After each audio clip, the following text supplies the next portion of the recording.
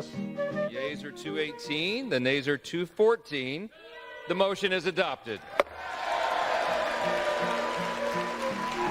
Morning glory and evening grace, America. I'm Hugh Hewitt, and the one big, beautiful bill has passed the House and Senate and is on its way to President Trump's desk, where he will sign it tomorrow on July 4th, capping an incredible return to the White House. Let me make my case.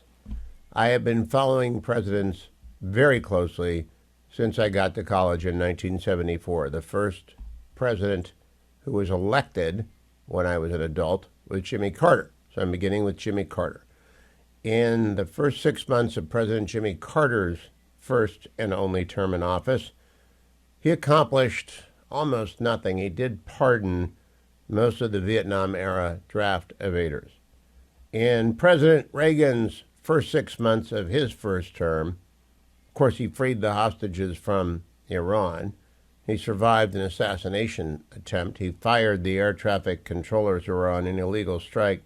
He passed a massive tax cuts. He got Justice Sandra Day O'Connor confirmed. President Reagan's second term, the first 6 months were devoted to the groundwork of setting up the overhaul of the tax system, the tax simplification, which occurred in 1986, but no hard, concrete accomplishment. You can say second terms are typically very difficult for presidents. President George H.W. Bush's first 6 months, he passed the Economic Growth and Tax Relief Reconciliation Act of 2001, tax cuts, and he oversaw the accelerating deconstruction of the Warsaw Pact. It was dissolving in front of our eyes. George H.W. Bush's greatest accomplishment, maybe after Desert Storm, is making sure that when the Soviet Union fell apart, nothing crazy happened.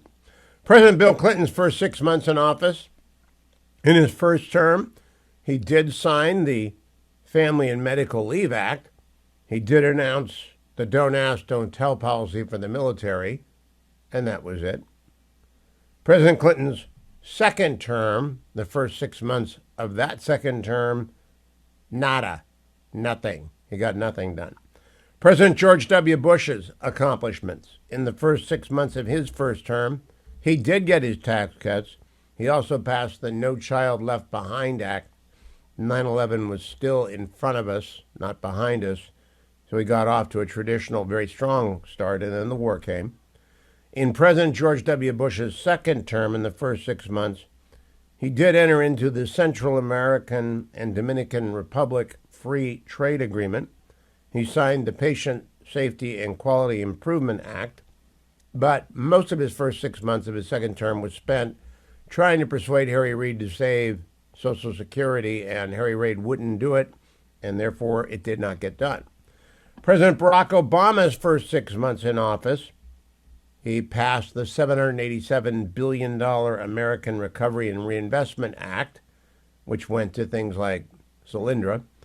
And he passed and signed the Lilly Ledbetter Fair Pay Act of 2009. I should also remember he went on the apology tour to Egypt and Saudi Arabia. President Obama's accomplishments in the first 6 months of his second term, he signed the renewal of the Patriot Act. That's it, nothing else. President Trump's accomplishment in the first 6 months of his first term, 14 Congressional Review Act repeals, which dumped a lot of the ridiculous stuff from the Obama era, and the confirmation of Justice Gorsuch. President Biden's accomplishments, and I use air quotes here, in his first 6 months in office, the $1.9 trillion in spending in the American Rescue Plan, which ignited inflation, which he kept going later in his term, the Biden inflation defining his 4 years in office. He did cancel the Keystone Pipeline. Stupid. He rejoined the Paris Climate Accords, which we've left again. And he announced the hard date for withdrawal from Afghanistan, which led to the Afghanistan debacle, which crippled his presidency. But he was infirm anyway, so he didn't really get much done in his entire term, much less his first 6 months.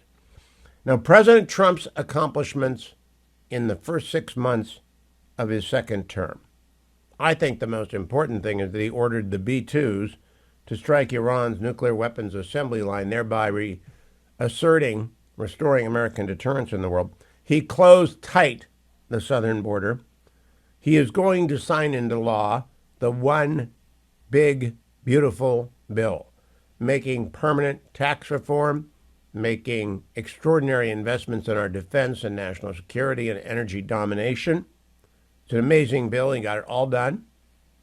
He reset the global trading order and installed a 10% baseline tariff, which I believe is the new normal going forward. And that's the tax we're going to charge the world for maintaining the world's freedom of passage.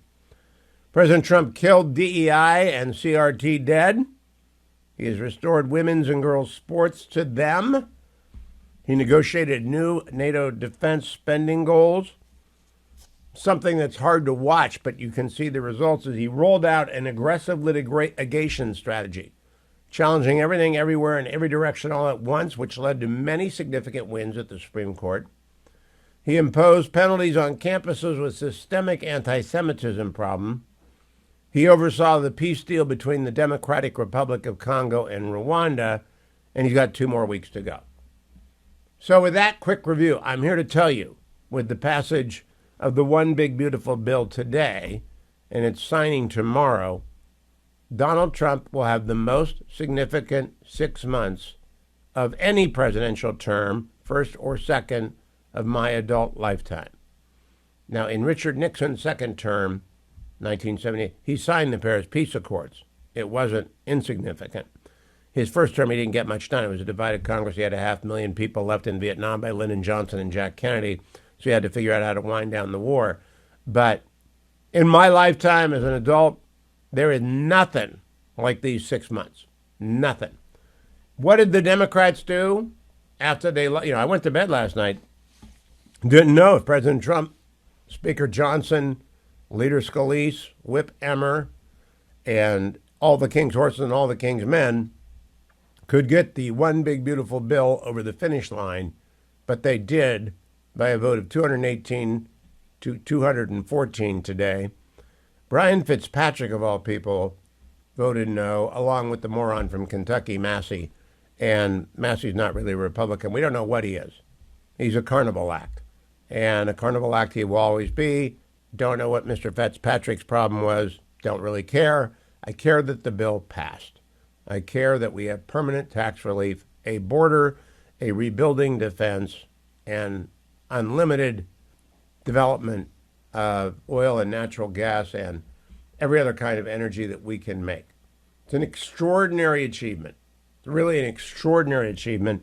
And I want to play for you Congressman Jason Smith, chairman of the House Ways and Means Committee, from April 23rd on this show. Can we hit that cut?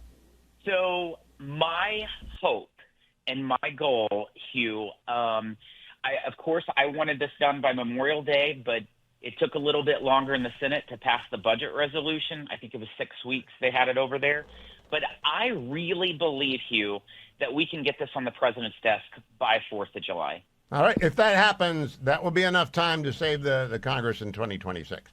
If you get it done by Independence Day. So, Congressman, Mr. Chairman, Representative Jason Smith of Missouri, thank you. Back to work, back to the salt mines, and answer those texts in the middle of the night. I don't know. You got that. Thank you very much. Don't go anywhere, America. He called his shot. He said by July 4th. And what I said there, by doing this, they're juicing the markets. They're juicing the market. In fact, I should do a market report brought to you by American Federal. Our friends who buy and sell gold, 1-800-221-7694. Nick Rovich and his team, 1-800-221-7694. At this hour, in the aftermath of the passage of the one big beautiful bill, the Dow is up 0.77%. The S&P is up 0.83%. The NASDAQ is up more than 1%.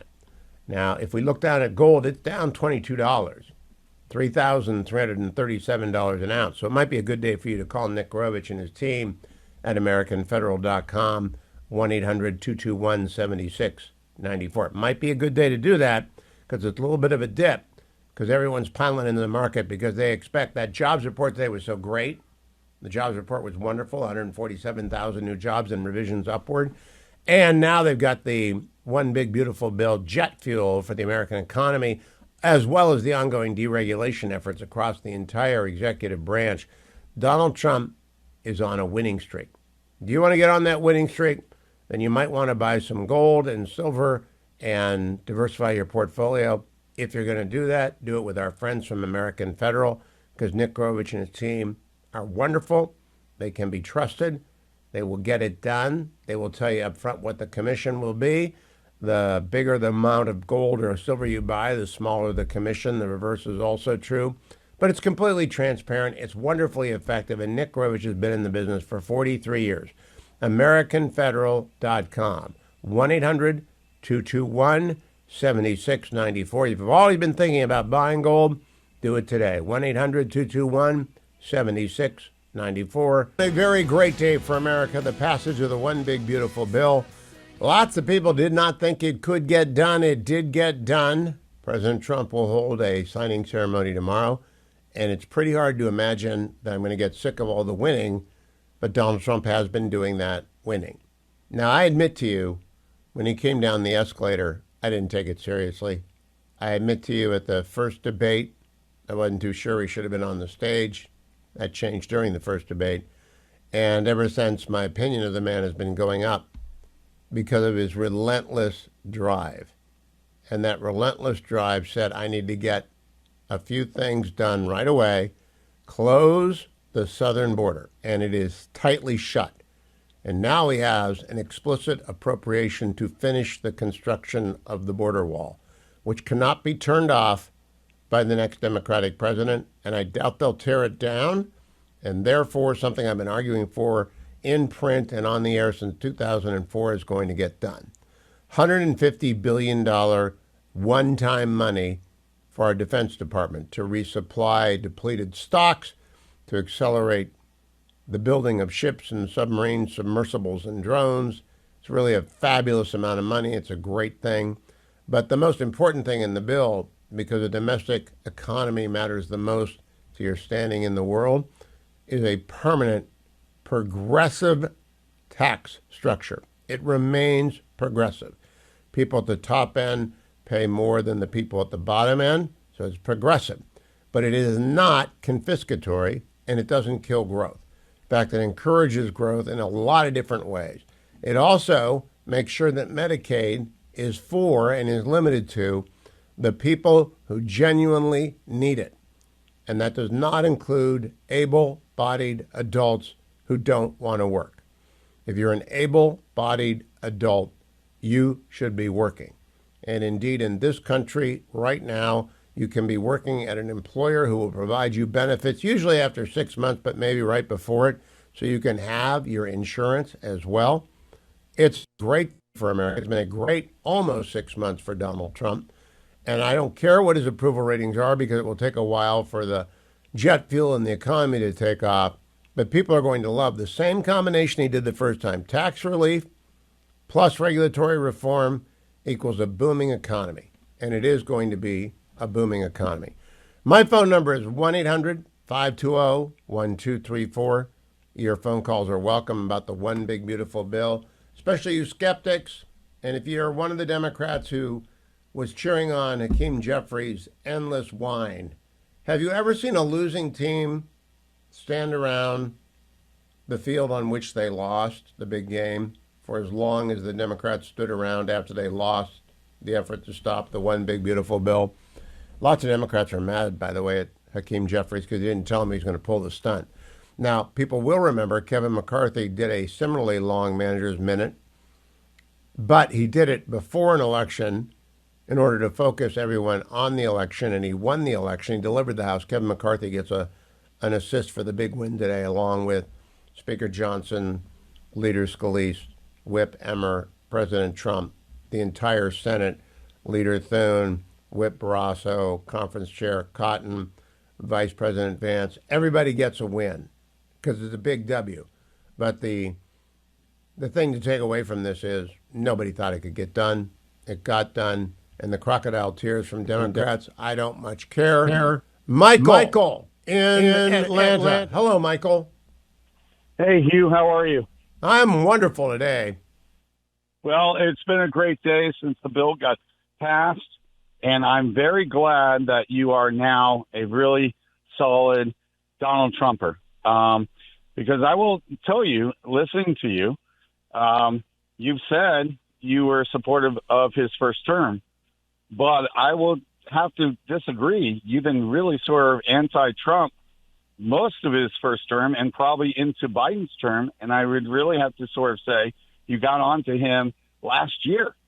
Well, Michael, you're wrong, because I love the Supreme Court appointments. I loved them so much because they saved the Constitution. I've always said that I used to be taunted by the Democrats and the never-Trumpers and the TDS sufferers. I have always been willing to call balls and strikes. He's still done some things I don't like, but I don't expect from a president perfection. But ever since he took the oath of office, I wasn't sure I was going to vote for him until the day before the election, but he has never let me down in terms of what he's gotten done, and I didn't think he acted right on January 6th, but that is in the past. And I think he did lose the election in 2020, and I've never debated. He and I understand each other. We get along, but I know these 6 months have been extraordinary. Michael, thank you. Jeff in Illinois. Jeff, what do you think? Yes, sir. I've been a Trumper for 20 years.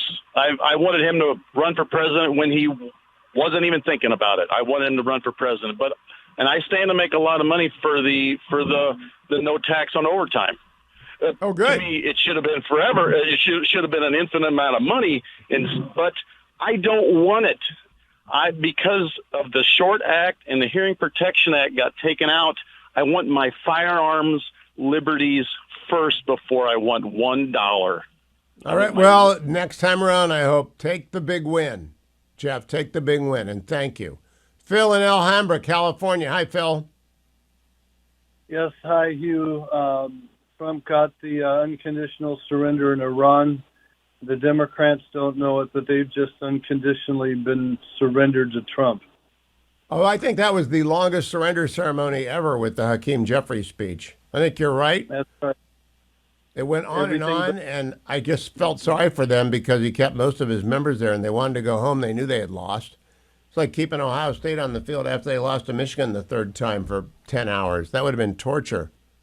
Phil, thank you, friend. Nancy in Philadelphia. What say you, Nancy? Hi, Hugh. I just wanted to say how I continue to be so impressed with Speaker Johnson.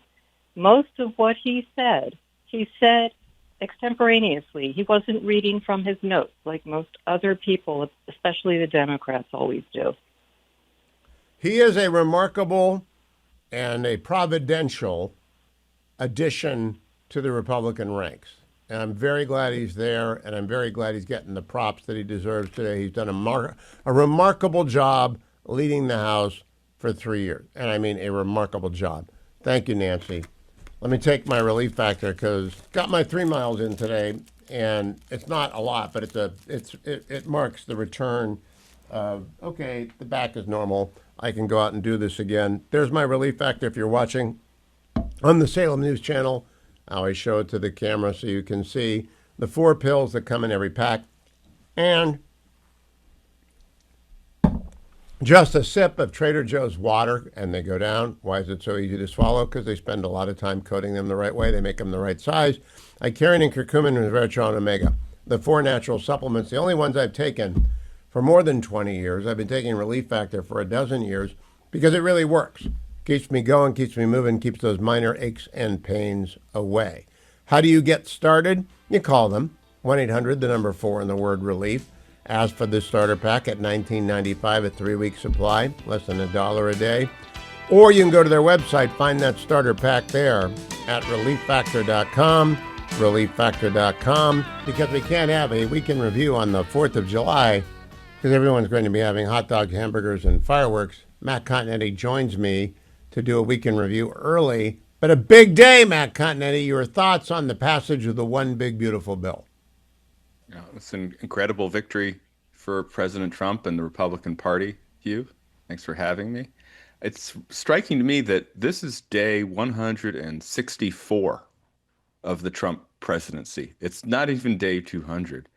And yet he's been through, I think, in the past several weeks, one of the most extraordinary runs an American president has ever had, ever enjoyed. And so it leaves an observer like me kind of saying, what's next I mean, there's still 3.5 years left in his term, and he's already achieved so much. So it's a sight to behold in a day where I think Republicans and the country should be happy because of the foremost thing the One Big Beautiful Bill does is prevent an epic tax hike that was awaiting us at the end of this year. We don't have to worry about that ever because the income rates that were established in 2017 are now permanent law. And so if the Democrats want to change them, they're going to have to campaign affirmatively on a tax increase, which is very different than saying we want to let the Bush tax rates lapse, for example.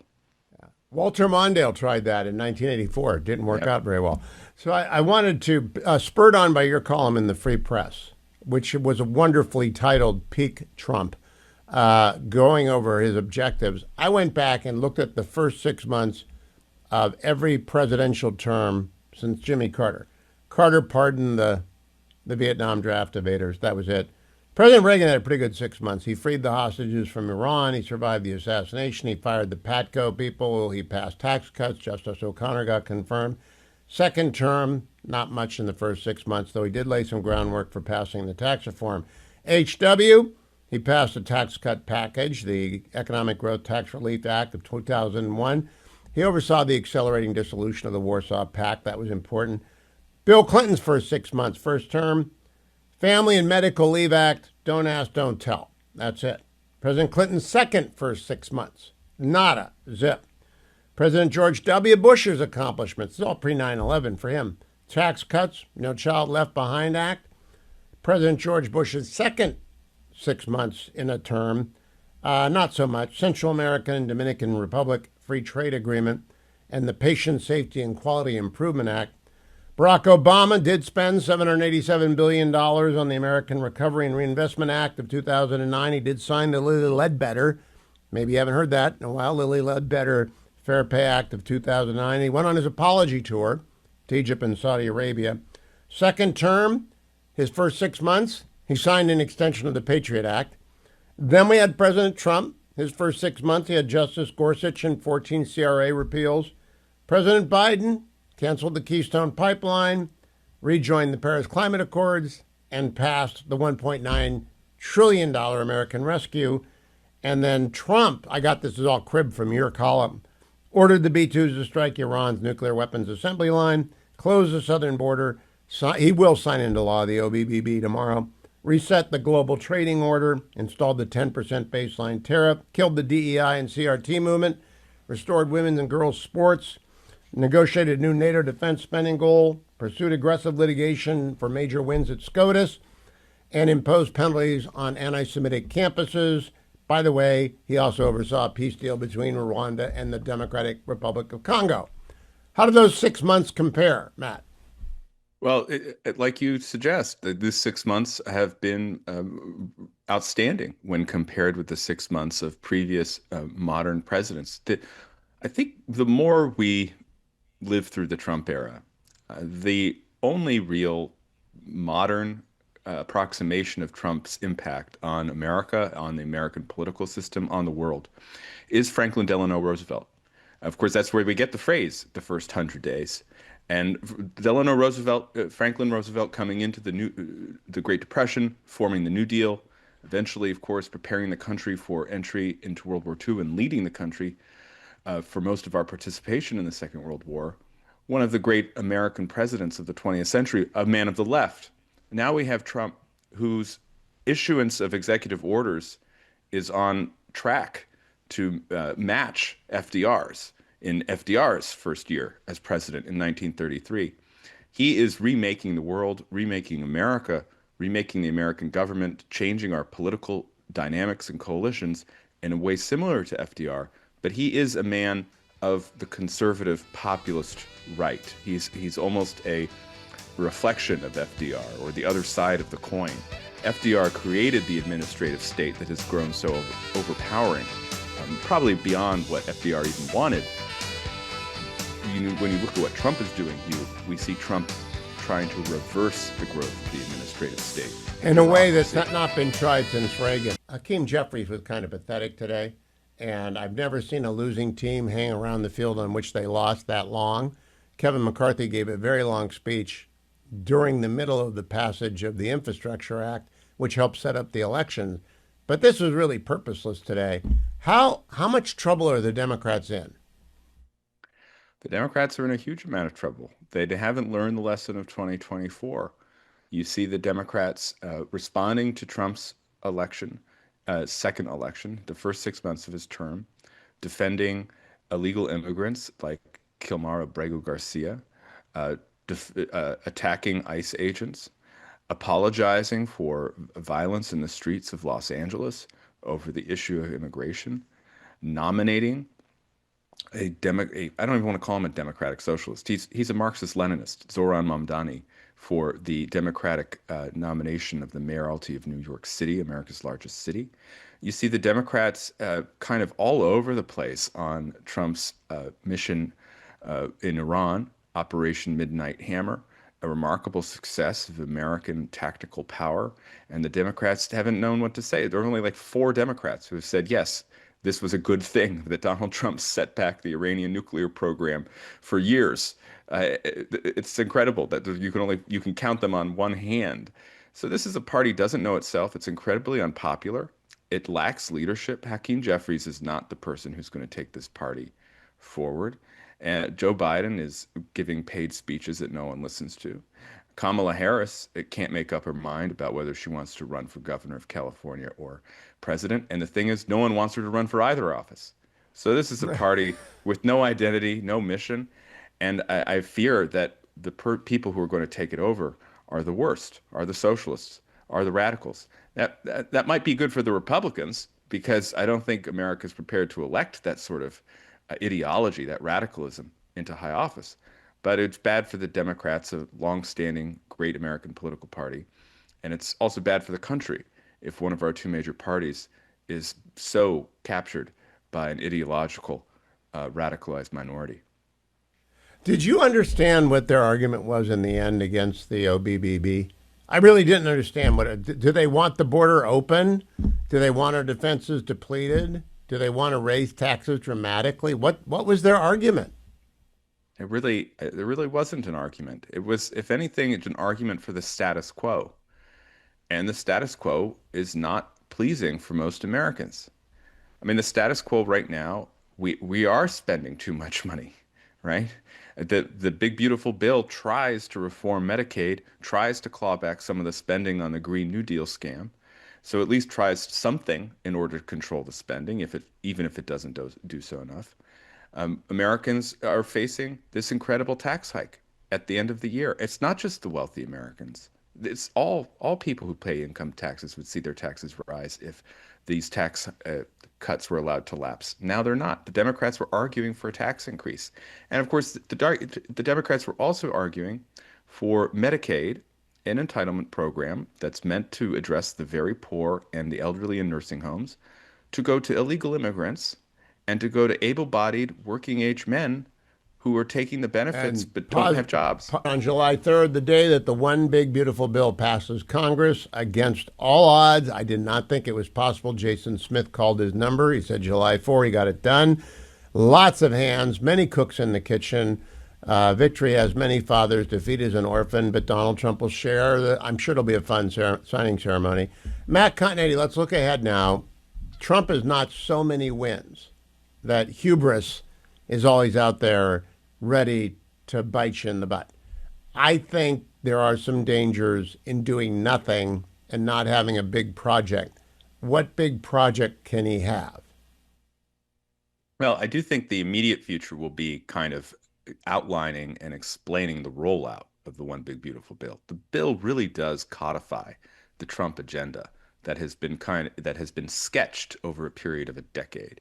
When you think about its reforms of the immigration process, for example, when you think about all the changes to the tax code, not just preventing a tax hike, and of course the no tax on tips, the no tax on overtime, but other interesting things, including 529s, other savings plans, the Trump bucks, the accounts for newborns, all these things, I think a White House will spend time having events around, communicating, promoting. Domestically, at this point, I think the Trump agenda will be continuing its record of success on the border and continuing its economic management, where you see a above expectation job report today, Hugh, for the month of June. You see inflation rate continuing to fall, gas prices continuing to fall. Trump is going to want to continue that policy mix that gave us a great economy in his first term, and that looks on its way to continuing that Trump record of success in his second. I really feel, Hugh, I don't know, I'd like to hear what you think. The real challenges for this administration remain in the international sphere. Trump had an extraordinary victory with Iran. I think he's close to getting a ceasefire agreement in Gaza. That will have meant that one of the major wars that happened under Joe Biden, that exploded under Joe Biden, October 7th with Hamas, and then the broader Israel-Iran conflict, will have been pacified, which is what Trump pledged. But you still have Ukraine and Russia fighting. And you still have almost intractable Vladimir Putin in Russia. And even though Trump scored another major win at last week's NATO summit, getting the alliance to commit to 5% GDP on defense, there's much more work that needs to be done there. And then just lastly, Hugh, I would say the trade deals. We have the announcement of the Vietnam deal, which is good. We have the UK deal. We have kind of the China trade truce. But there's still hundreds of other countries where the rates need to be negotiated, the different aspects of our trade relationship need to be managed. I expect Trump and his team will spend a lot of time on that. So one final point is, Trump is an improviser. He doesn't like being pinned down. He likes activity. He likes being able to flex, to change on his feet. He keeps that door to the Oval Office pretty much open. Susie Wiles is there. She's very good at making sure things run on time, but he likes to have different people come in. So he's going to approach the next 6 months saying, well, what arises? What opportunities are there? Is there a deal I can make? And that's actually part, if I may say, of the fun of the Trump presidency, is you really never know what tomorrow might bring, because he could come up with an idea that might sound nuts at first, but it might actually lead to some good in the medium and certainly the long range. So that's how I kind of view the next 6 months. Well, I do think on the Middle East, he can expand the Abraham Accords dramatically. Don't know what can be done on Russia, Ukraine. We'll come back to that in a second. But I'm curious. Brian Kilmeade and I last Sunday night found ourselves in agreement that he ought to do a Nixon to China on immigration regularization. No amnesty, but finding a way to get the Dreamers regularized, finding a way to regularize, no citizenship, but regularize immigrants who've been in the country for 15, maybe even 10 years and have kept their noses clean and have no run-ins with the law, give them a blue card, that sort of thing. Do you think he has an upside in immigration regularization legislation, maybe across the aisle? He is the guy that did Right to Try and First Step, so he's willing to work with Democrats. Yeah. I think that might be down the road. One reason I say that is, remember, a part of the One Big Beautiful Bill is money to finish the wall. And I just want to dwell on that for a second, because in his first term, President Trump was opposed by his own party on the issue of wall funding. That's why he had to use emergency funds from the DOD to begin construction of the wall, actually after the Republicans had lost Congress in 2018, or at least the House of Representatives. This time, here we have a united Republican Party around one of the core principles of Donald Trump's political career, which is the wall on the southern border. So now that we have billions of dollars unlocked for wall construction, much less immigration enforcement, I do see a way that you could get to President Trump putting the final brick in the wall, so to speak, next year, having a secure border and extremely low levels of illegal immigration, which we're already experiencing thanks to Trump, for another year, and him saying, now that we have the border under control, now that the deportations have been going for over a year, I want to talk about the farm workers, which he's already talking about, right? I want to talk about the farm workers. I even want to talk about the Dreamers, which I've mentioned throughout the 10, at that point, it 10 12 years he's been talking about the Dreamers. I know, right? Yeah. So I kind of see that maybe next year or even in the third year of the second term. I think for the immediate future, you're going to see a continued emphasis on border security militarization of the border, construction of the wall, and then, of course, the increased deportations, which have been going on now at this stepped up pace for about 6 weeks. And a very hard-nosed legal approach on the enforcement of Title IX on girls and women's sports, and a very hard-nosed legal approach on sanctuary cities. I'm going to go to a break and come back with Matt Continetti. During the break, we will be talking about Russia, and then we'll come back and finish it off with a flourish, because it's a big day in the first 6 months of Donald Trump. Not even 6 months. Not even 6 months. He's gotten so much done, and I think against all odds, who would have thunk it on January 7th, 2021, who would have ever believed that July 4th, 2025 would see Donald Trump triumphant. Now, bad things can happen to good starts, so don't bank anything. But on the Air Force One trip to NATO last week, President Trump made a joke. He said, Putin has offered to help you out. And he said, I don't need help with you in the Middle East. I need help with you, Vladimir Putin. And he talked to him again today. Look, I thought he had a good meeting with Zelensky. I was an optimist that he would help Ukraine survive, and I think NATO is going to help Ukraine survive. But I don't really have any hope that Putin's going to change, do you? No, not at all. And in fact, the speech that Putin gave last week, where he essentially said all of Ukraine in his mind is Russian. So that means all of Ukraine is his goal to conquer, only reinforced that he won't change. And I think that when you talk to our frontline NATO allies in Eastern Europe, their alarm is rising. I think they are becoming more convinced that Putin won't stop with Ukraine, may even expand the war prior to his completion of a conquest of Ukraine, which, by the way, I don't think he can do because of the limitations of his military. So this is a very dangerous situation. And I know what Donald Trump is trying to do. He wants a peaceful resolution. He wants Ukraine to accept that it's not going to get back its territory anytime soon. And in fact, maybe peace and the end of these attacks on its cities is worth giving up some of the Donbass, some of the eastern part of Ukraine. But the way to do that, it seems to me, is by exercising leverage over Vladimir Putin. And we have not exercised the full extent of leverage that is at our disposal to make sure that Putin is serious. I mean, think about how Trump handled Iran. He gave diplomacy a chance. He was very clear with the timeline. The timeline was up. Diplomacy did not work, and the B-2s flew. Now, no one in this country, and especially not me, is calling for American military intervention in the Ukraine-Russia war. I've never called for that. But I do think that there are ways that we can exert pressure on Russia, including sanctions, including the secondary sanctions bill that has overwhelming congressional support right now, authored by Lindsey Graham, among others. Also, frozen assets. And even if we don't use the frozen assets to give weapons and other defensive mechanisms like these air defenses to Ukraine, we can say to the Europeans, if you do it, we're behind you. Matt, he's been winning culture war victory after culture war victory. Penn's surrender yesterday is extraordinary. They just threw in the towel. Columbia has been exposed as wanting to throw the Jew off and bring in an Arab. They're in trouble on Title IX. Harvard's in trouble.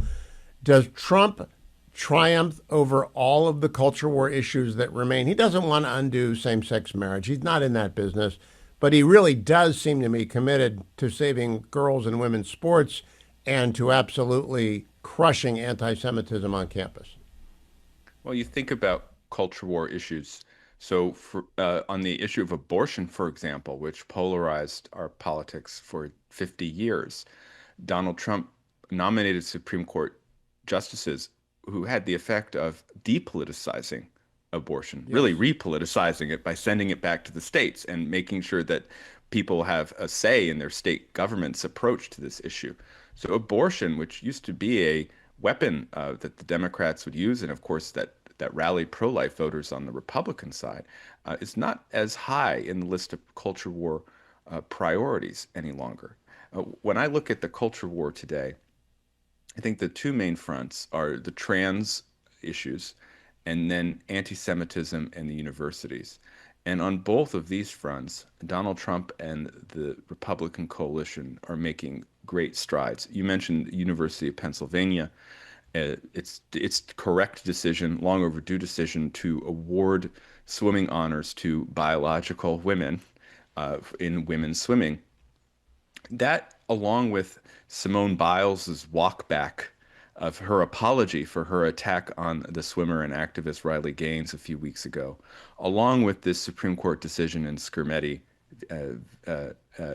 on the trans surgeries for minors, says to me, and on Mahmoud versus Taylor, and Mahmoud v. Taylor about County.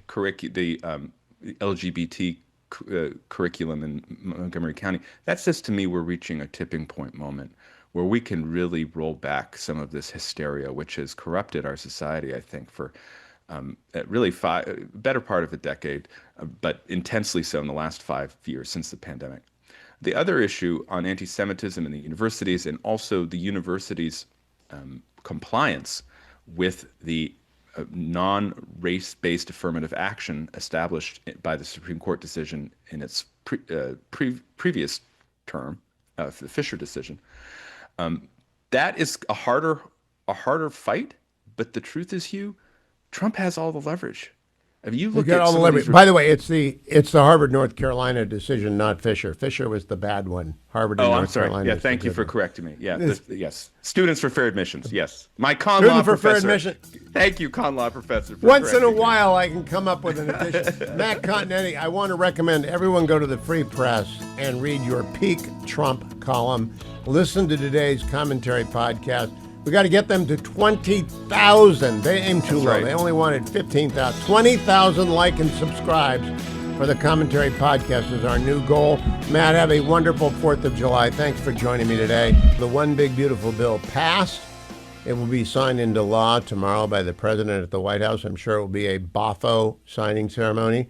It is his entire agenda. It's what he ran on. He ran on building the border wall, rebuilding our defenses, making his tax cuts permanent, expanding them for people who live on wages that are in part tips, for people who work overtime, no tax on Social Security for seniors who are close to the poverty line, a little bit above it. It's a big, big bill with a lot in it, including a tax on the endowments of the big universities, which I approve of. Left the little universities alone. I also approve of that. There's so much in a 950-page bill, and unlike the Biden $1.9 trillion spend at the beginning of his presidency, or the $787 billion spend at the beginning of the Obama presidency, Trump's second term isn't beginning by washing down the country and the special interest groups with green. He is making the tax cut robust and job-oriented, growth-oriented. And he's made it permanent. Doesn't mean it can never change. It can always change. I'd like it to go lower. I'd like it to be a flat tax. And Democrats will want to raise it. But they're going to have to do it legislatively, not wait for it to expire. George W. Bush's tax cuts had a 10-year window, and we came up on the fiscal cliff, and we had to cut a deal with Democrats because they were going to expire, and the Democrats wanted something. The Trump first tax cuts from 2017 were going to expire this year, and now they're not going to expire because of the One Big Beautiful Bill. It's an enormous win for the economy. I've already given you the market report brought to you by American Federal, but I'm going to go back and look at it just to tell you that today the Dow ended up 0.77%, the S&P ended up 0.83%, the NASDAQ added 1% to its total. Gold went down a little bit to $3,338 an ounce. If you want to buy gold, call Nick Grovich and his team at AmericanFederal.com. And I'm looking for the 10-year Treasury, because that's what. Okay, it went up today a little tiny bit to 4.347. We have a great sponsor, AndrewandTodd.com, and you can call them at 888-888-1172. If you want to buy a house or a second house or a rental property, or you need to refinance because you got to get money out of your house, or you're a senior citizen and you want to get money out of your house and you want to do so using a reverse mortgage, AndrewandTodd.com are a bank. They're Sierra Pacific Mortgage. They lend you them. A lot of people have to move every year, even when the interest rates are high. They should start to come down in July. The good news is you can lock in a rate now. prepare against any future rate hike, and you can refinance when rates fall, as we expect. Most market observers expect 2 rate cuts in the fall. I don't know if that's going to be the case, but I also know it's a buyer's market right now, and a lot of people want to walk in with a low ball offer to a seller who's had their house on the market for a while because the interest rates have been high. Well, get pre-qualified before you do that. Call andrewandtodd.com and get pre-qualified. Get pre-approved. Actually have the loan approved. Not just we can approve this guy for a loan or this gal for a loan at X $100,000. Get the approval so that you actually have the loan in hand when you walk in to negotiate with the home seller who is really desperate to get, they got to move too. Everything always happens in America. People move. They go one place, they go to the next place. They never stop moving. You need andrewandtodd.com, 888-888-1172 to help you make a move. Now, I made a move recently. I moved to Consumer Cellular for a second phone. Why did I do that? Because I didn't want to pay big cellular rates. I wanted savings without sacrifice of service, and I got that. You can as well. All you have to do is call 800-411-4454. I noticed the savings. You will as well. Have you looked at your cell phone bill in a year, in 2 years, much less last month? Have you seen the hidden fees? Have you seen how much data you're paying and how much data you're using? Have you really put it under the microscope and asked yourself, is this the best I can do? Because I doubt that it is. On this day that we're celebrating the one big beautiful bill, celebrate with a little financial freedom for yourself. Go find your cell phone bill and take a look at it and ask yourself, do I need this much data? Am I paying too much? Because with consumercellular.com/Hugh, you keep your phone, keep your number, keep all your data, just cut your costs. And if you are over 50 and you still want unlimited data, you can get 2 unlimited lines, unlimited data lines, 2 for $60 a month. They also have a bunch of different programs for a bunch of different situated people. Maybe you need unlimited data and you're younger. Maybe you'll need 5 gigs or 10 gigs because you're not really a phone person. You don't watch any video games on the phone. You don't text and store a lot of photos and all that different stuff. Talk to the counselors at Consumer Cellular. Call them at 1-800-411-4454 and say, I want to use the code HUGH25. That will get you $5 off each of your first 5 monthly invoices. But then talk to them about what you've got, what you want to move to, what you think is in your best interest. consumercellular.com/Hugh. Also want to tell you, Dwayne is leaving. He's going to be gone for a week, going on vacation, going to Alaska. Are you taking your Best Hot Grill with you, Dwayne? No, I'm not taking the Best Hot Grill. The Best Hot Grill is the big 2-burner job that gets 1,000 degrees and basically cooks half the backyard that flies over it. That is not going to actually fit in the suitcase. Okay, I just wanted, what are you going to do for steak? Now, they do serve steak on cruise ships. Yes, they do, and very fine ones, I might add. But if you want your steaks really well done, you should go in and ask if they've got a Solaire BestHotGrill.com. You ought to ask. I should ask. Ask the skipper. Have you ever heard of BestHotGrill.com? Ask the skipper, yes. You mean the captain, as we like to call him. No, the skipper. The skipper. The skipper is who was along with Gilligan. I know, that's what I mean. And who do you think runs the cruise ship? The captain. The skipper. All I want you to do is go up and ask, do you guys have grills in there? Can I take a look at them? They don't have Solaire infrared grill technology. The greatest grill made in America is, in fact, made in America by our friends Rhett and Irene and their wonderful team at BestHotGrill.com. Heats from 0 to 1,000 in 3 minutes, does every steak, fish, chicken, whatever you want. You do your veggies? I don't do those. I don't even know why people grill vegetables. Vegetables can't be redeemed. But steak, they can't. They can't. They can't. Do you see that on the Salem News Channel right now? We're showing the commercial for Best Hot Grill. Yeah. They don't show you veggies on the grill. No. They show you a fillet on the grill. Which is tremendous. What the grill is for. Yes. It's for the T-bones and it's for the everything of meat. Get the meat. I used to do ads for Gulliver's in Orange County, and I'm here to tell you, get the meat. But go and get BestHotGrill.com. As we stand by, my phone number is 1-800-520-1234. I'm in a celebratory mood. I really am. I'm in a great mood. Well, I'm doing all my reads because we're making money here. We are a for-profit operator. We are not NPR. Now, I didn't get a perfect bill. I don't want any money for NPR. I want the president to impound the money for NPR and say that it's been used contrary to the First Amendment because they're not fair and balanced, because they're not fair and balanced. I like some of the people over there, Steve Inskeep. I want them to take away all the money for the Corporation for Public Broadcasting. I want them to defund NPR and PBS because they violate the First Amendment. They're not fair. And therefore, take their money away. Do it by executive order, see if they can sue you. But I also want to tell you about things that did not get done in this bill. Americans for a Balanced Budget are what they say they are. Americans for a Balanced Budget. They have a website, StopHealthCostHikes.com. StopHealthCosthikes.com. Health costs are what we worry about. And there are tax credits that will make and should make health insurance affordable for every American out there. It's a very popular issue, and it can be done without exploding the deficit. Give a listen to pollster John McLaughlin.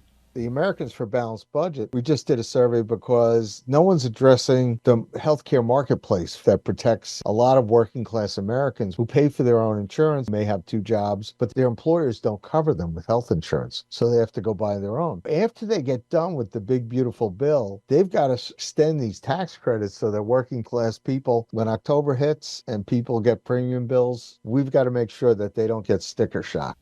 And we don't want them to get sticker shock. And it's something that ought to be bipartisan, something that we ought to be able to work with the Democrats and put a few other things in there.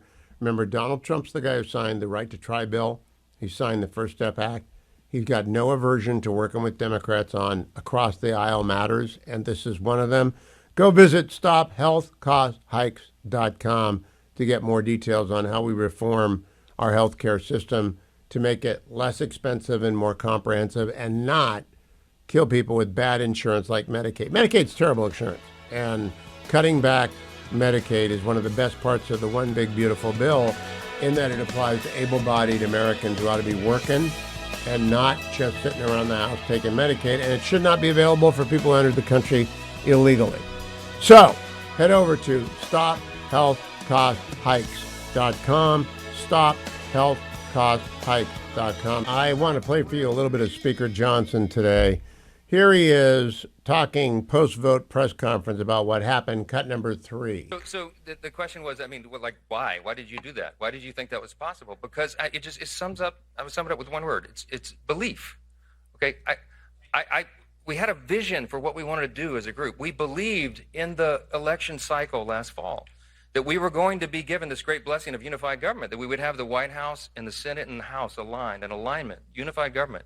And we did not want to waste that opportunity because we understand the history that comes along with it, the opportunity that we can do for the country, and we believe that we would have that chance.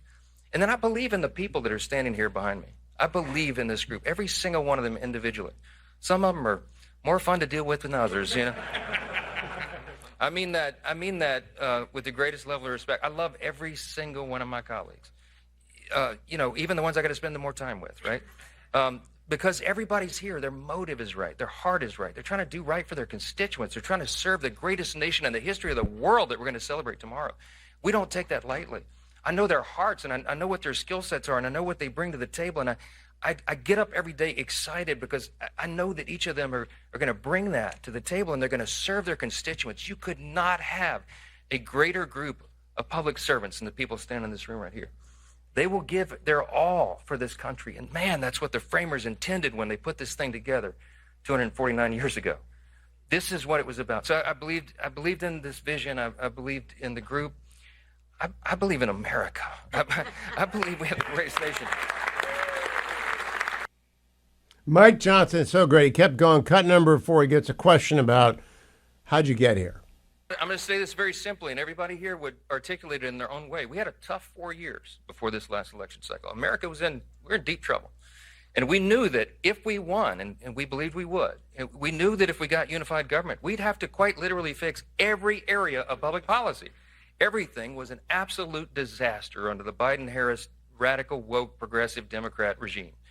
And we took the best effort that we could in one big, beautiful bill to fix as much of it as we could. And I am so grateful to God that we got that done as we did.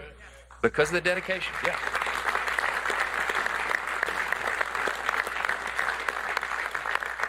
lastly, it's no secret. I do believe in God. I believe in that motto that's up that I referenced in the floor speech a little while ago. I believe that is what has made our nation the greatest in the history of the world.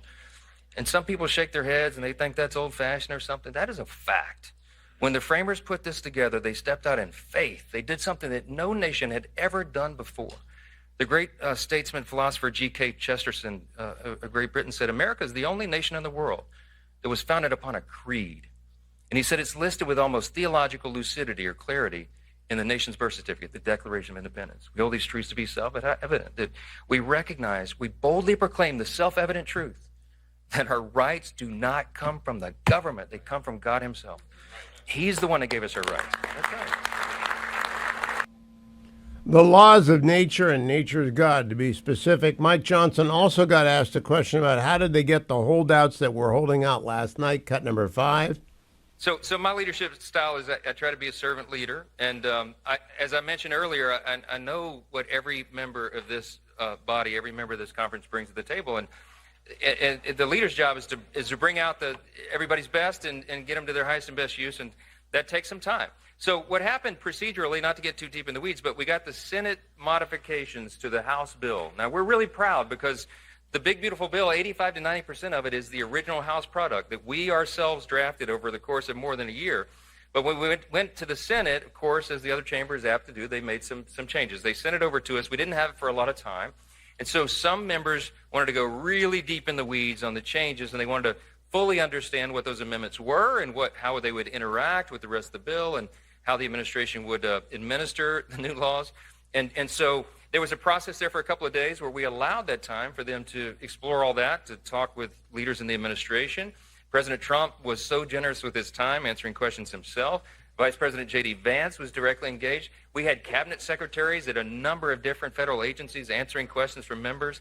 Some of them even brought their agency attorneys in to get really deep in the weeds on the details. I knew as the leader that we would have to take the time to do that. And so some of that went into late into the night. And I was not going to make anybody, I was not going to demand anybody's vote or their position on the bill until they felt that they had exhausted that opportunity. So we did it, and that's how we got everybody to yes. That is servant leadership. That's extraordinary. Hats off to Mike Johnson. The Republican speaker who put the majority together, Kevin McCarthy, very unfairly dealt with by the Knucklehead Caucus, which is largely disbanded now. Thomas Massey is still there. But Mike Johnson was not the first choice, second choice, third. He was the right choice. And he turned out to be exactly what the Republicans needed to deliver President Trump this big win. Phil in Philadelphia, 1-800-520-1234 is my number. Hello, Phil. Yes, sir. This is the second greatest July 3rd in American history. You know what the first July 3rd was, right? That would be 1776. No, well, the Battle of Gettysburg. We beat back the Democratic Confederate Army in Gettysburg. July 3rd was the end of the battle, first, second, and third. So this is actually the third greatest July 3rd. The third greatest, yes, sir. But I have a legal question for you. It's a great day, but July 7th, Bibi is coming to the White House, correct? Yes. Okay, so as every Jew in the world is an automatic citizen of the state of Israel, why can't the judiciary in Israel offer up indictments of people who assault Jews, especially here in America, have them extradited via our 1962 extradition treaty with the state of Israel, and have them tried in Israel?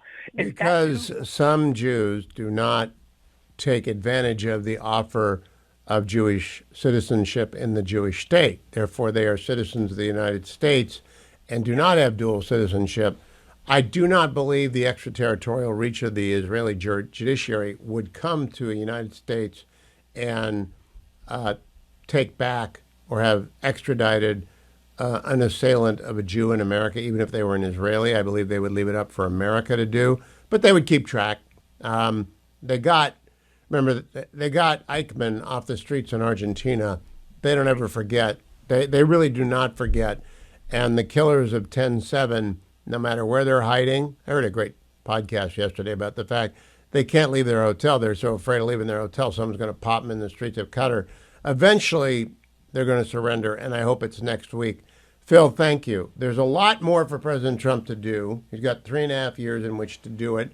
Most of that comes in the form of regulatory rollback.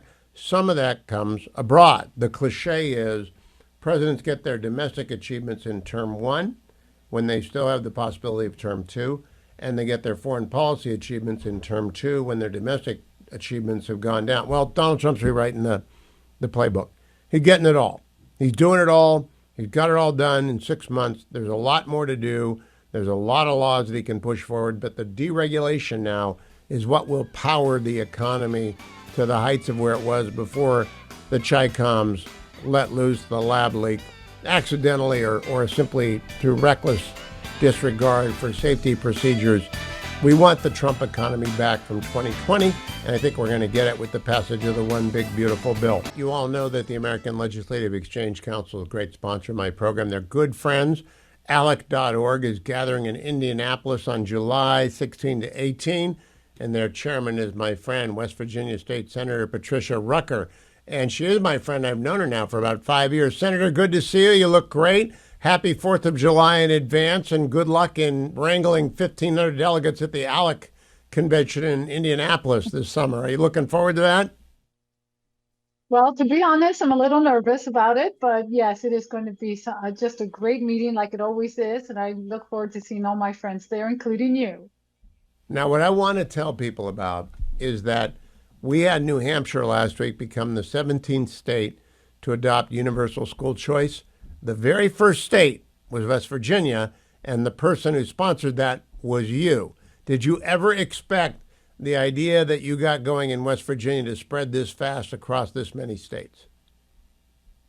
Well, honestly, not this fast, but I did expect it to spread. It was actually other states who had tinkered with ESAs and school choice initiatives that inspired me to say, well, why are we just tinkering around the edges and doing it for only a small population of students? Why aren't we doing it for all students? And it was through hearing about those other states at places like ALEC that I really was inspired. So when we were able to do what I think is what every state should do, which is to treat all students equally, they're all important, and it is our role as state legislators to ensure all of our state residents choose and get the best education they can possibly get.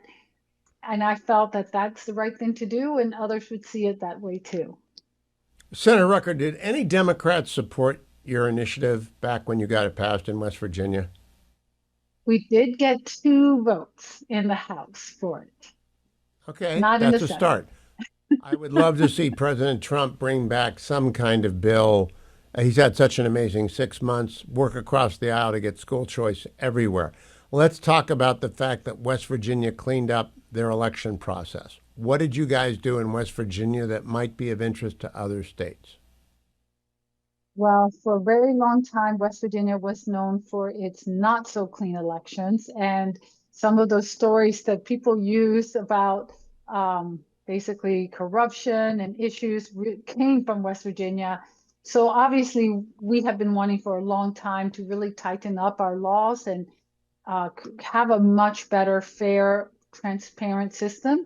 So this year in West Virginia, we actually got quite a few bills through, but we've been at it for a few years. So this isn't the only time we've gotten quite a few bills through, but I'm very, very happy. I was finally able to get through the voter ID law. So in West Virginia, from now on, you must have a photo ID when you come to vote. And that was a really big deal to me as an immigrant to the United States who worked hard for that right to vote. I think it is very important to me that we make certain that only those who are eligible to vote will vote. That also seems to me to be a very good thing for President Trump to aim for in bipartisan legislation, give something the Democrats want and get voter ID, because it is integrity on a mark. How are you getting along with Governor Morrissey? You had Governor Justice for so long. Now he's ensconced in the Senate. How's Governor Morrissey getting along with you folks in the West Virginia state legislature? I think he's doing great. And obviously, Patrick Morrissey has been a good friend of mine for a very long time, and I believe the best attorney general in the United States. And now he is going to be the best governor of the United States. He is truly someone who is just a champion of conservative common sense. What is best for the citizens of West Virginia is what is always first for him. You know, I missed the story because of the bombing of Iran that you had terrible floods in West Virginia not long ago. How goes the recovery effort there, Senator Rucker? We're struggling, I'll be honest.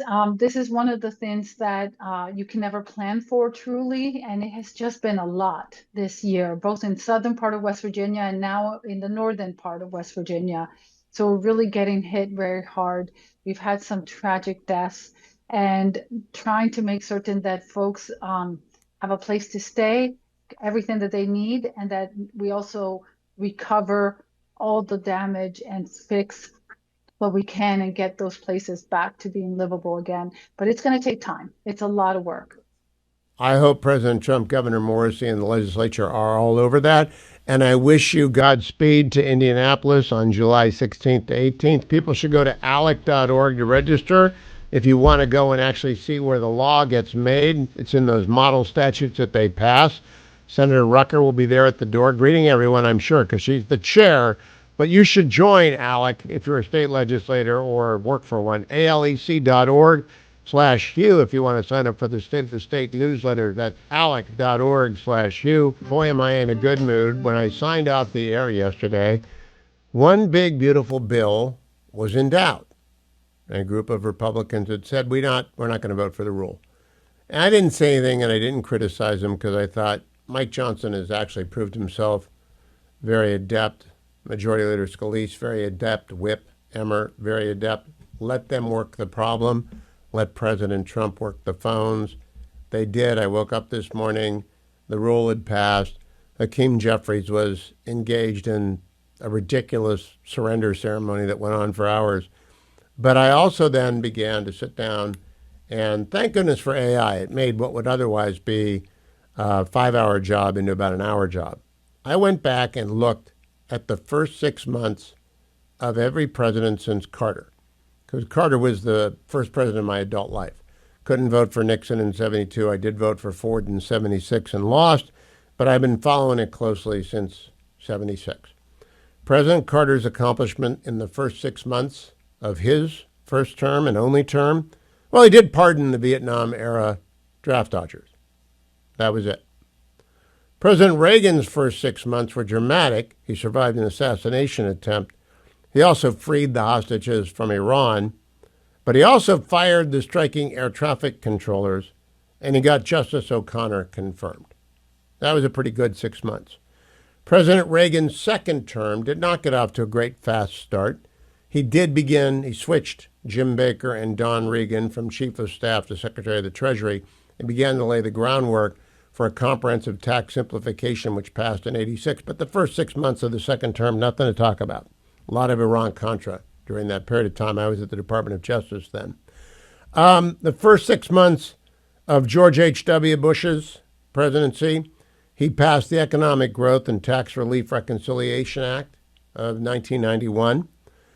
He also oversaw the accelerating dissolution of the Warsaw Pact. This was running up to the fall of the Berlin Wall and later in 1989. And he was a very, very good man and a very, very good president, but he had neither house of Congress. He wasn't getting anything done. President Clinton had 6 months in office after winning an upset election over George H.W. Bush, and he got past the Family and Medical Leave Act, and he instituted the Don't Ask, Don't Tell policy. That's it for his first 6 months of his first term. The first 6 months of Bill Clinton's second term, nada, nothing, got nothing done. George W. Bush, in the first 6 months of his first term, he also got major tax cuts. He also passed No Child Left Behind. That is, of course, before 9/11 when he became a wartime president, but he wanted to be the education president. He started out strong, got the tax cuts. Jim Jeffords jumped and took the Senate away from him, and so his judges got embargoed after that. But he got a lot done. We've got, after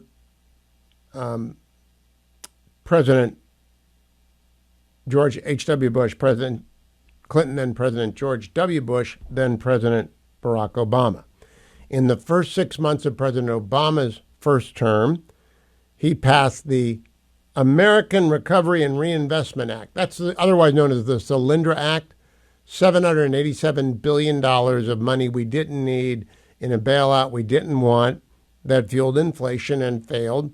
He also signed the Lilly Ledbetter Fair Pay Act of 2009. And what I most remember is he went on his apology tour to Saudi Arabia and Egypt, gave his big Cairo speech blaming us for everything wrong in the world. And that set the tone for what would be a disastrous presidency. In fact, the 12 years of Obama and Biden dug such a deep hole for this country. And then the attack on Trump from within in his first term, he didn't get done what he wanted to get done. But President Obama's accomplishments in the second term, first 6 months, he signed the renewal of the Patriot Act, which wasn't his law anyway. He just renewed it. Other than that, nothing. President Trump, first term, he got 14 Congressional Review Act repeals of Obama-era regulations through, and he got Justice Gorsuch confirmed. That's the long play. It's coming home in this term because he's won a series of big, big wins at the Supreme Court in this term. President Biden's accomplishment in his one term, he passed $1.9 trillion American Rescue Plan, which kicked off inflation that ruined a lot of people's lives. He also canceled the Keystone Pipeline. He also rejoined the Paris Climate Accord, and he announced the hard date for a withdrawal from Afghanistan. Inexplicably, originally said it would be September 11th, 20 years after we were attacked. And then his aides went to him and said, that's not very smart. And he wasn't a grumpy old man for a couple of hours who was losing it. And he said, okay, we'll move back to August 30th. Now, the collapse of Afghanistan and the most embarrassing moment of American foreign policy and national security since World War II, and certainly since Vietnam and the collapse in the helicopter going, was the collapse in Afghanistan. That's not quite in the first 6 months of Joe Biden, but he got it rolling, our scampering. By contrast with all those presidents, in the first 6 months of President Trump's second term, in the order of importance, he ordered the B-2s to strike Iran's nuclear weapon assembly line, restoring American deterrence and stopping that nuclear program in its tracks. He also closed tight the southern border, where between 10 and 20 million people crossed during Joe Biden's year. He got it closed in 6 months. He is going to sign into law the One Big Beautiful Bill Act tomorrow, which makes permanent the tax cuts he engineered in the first term and brings much needed funding to the border. He's going to finish the border wall. He's going to massively expand the Border Patrol, expand detention facilities at the border. He is messaging and he is making it happen. He has completely reset the global trading order to make it fair and free trade, not just free trade. And he is going to punish people who cheat. He's installed a 10% baseline tariff about which many free traders had a theological dispute, but which I think they're becoming aware it's not actually causing inflation. What it's doing is making every one of our trading partners pay part of the cost of protecting freedom of navigation around the world.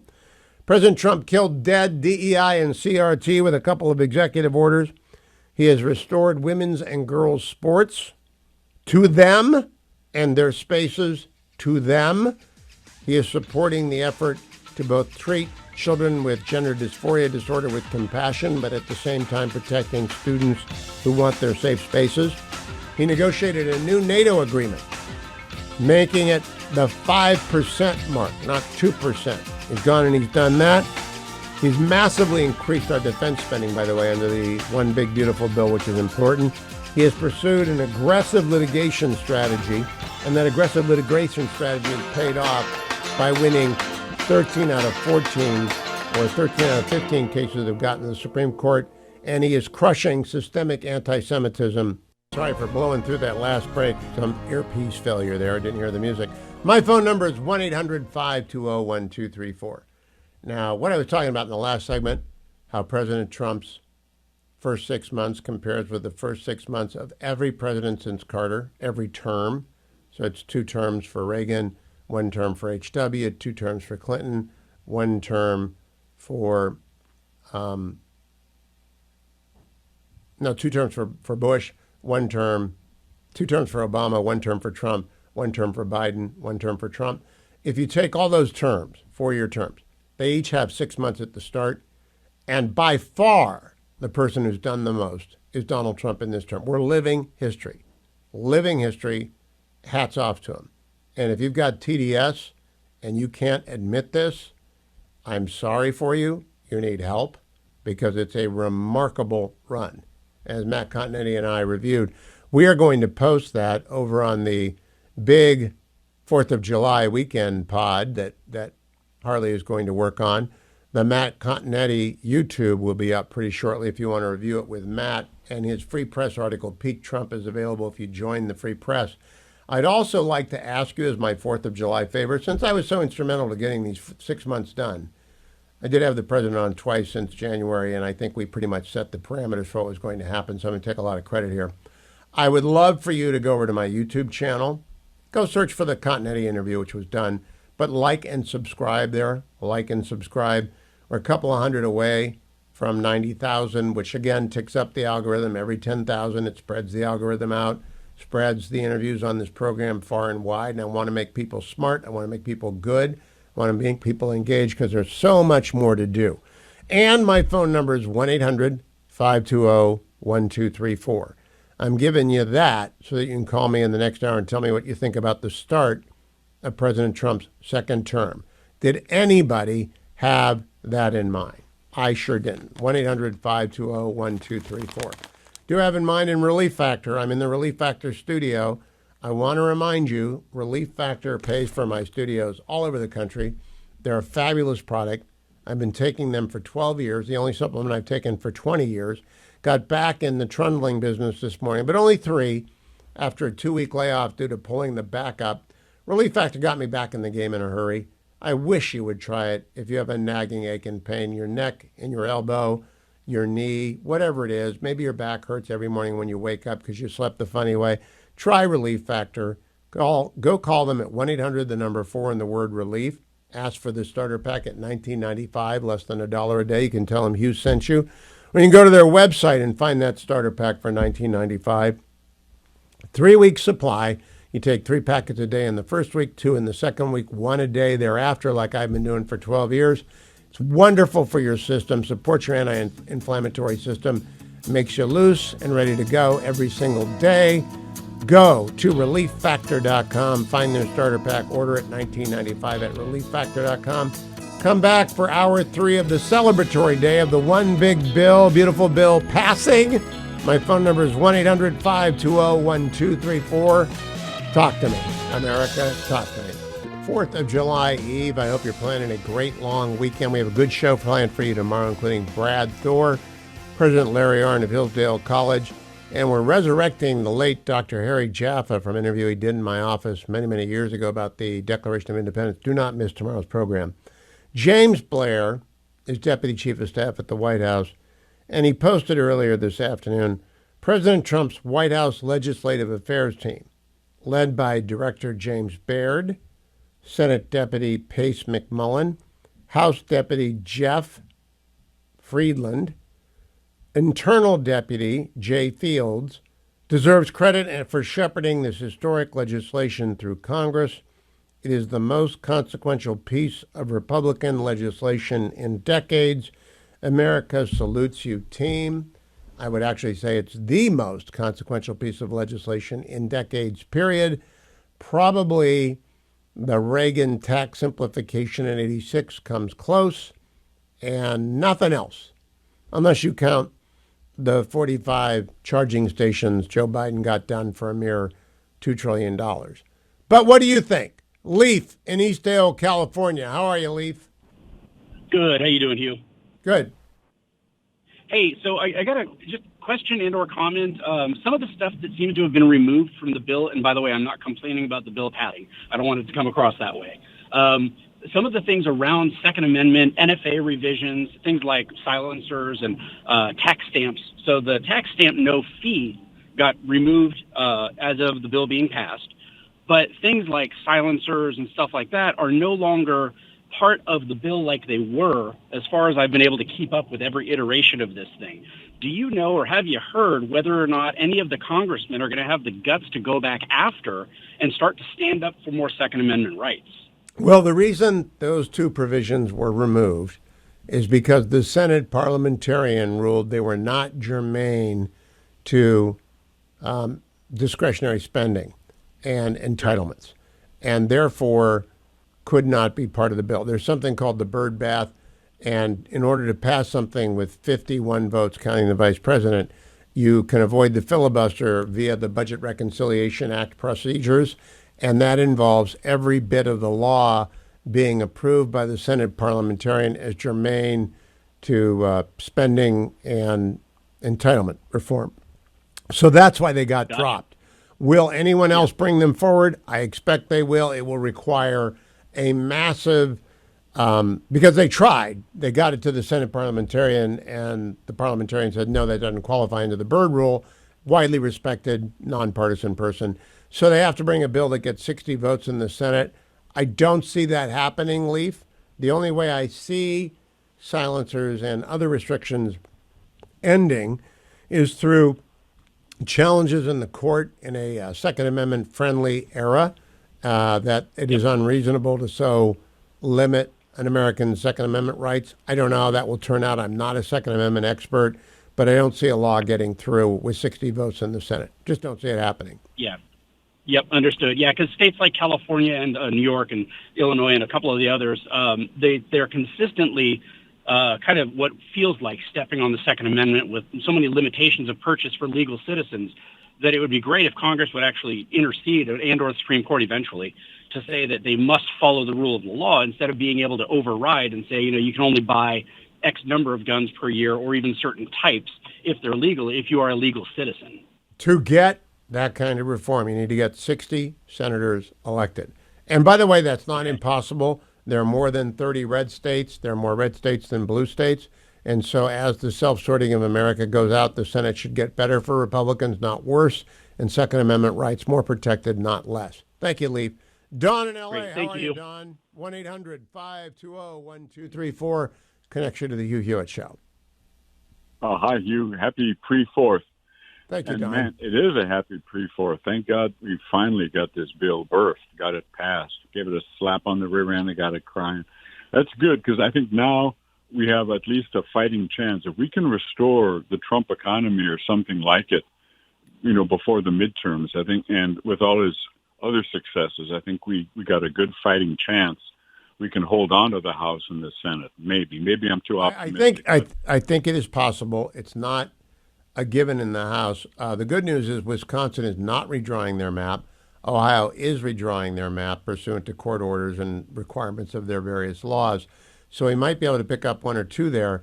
But it all comes down to the title charts of American politics. You've got to have 3% growth or 4% growth, and people have got to feel it. They can't be told it. They have to feel it. And the good news about getting one big, beautiful bill passed is this does have a chance to get into the economy and work.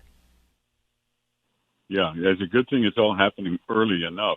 And, you're mentioning accomplishments. Ronald Reagan brought down the Soviet Union without firing a shot. We fired a few shots at Iran, but if we can bring their government down by just empowering the Iranian people to do it themselves, as Mr. Trump kind of winked at them, make them great again. Let's do it.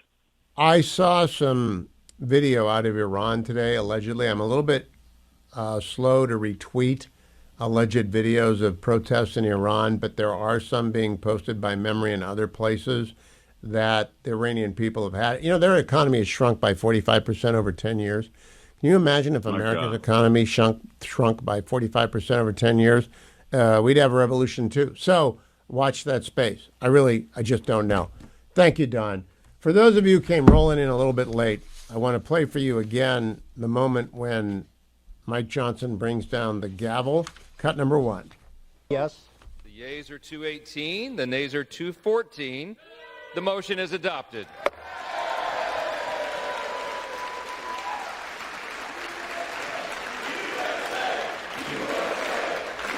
I love that they're chanting USA, USA, USA. Now, what I especially love about the Democrats is that they're not very bright.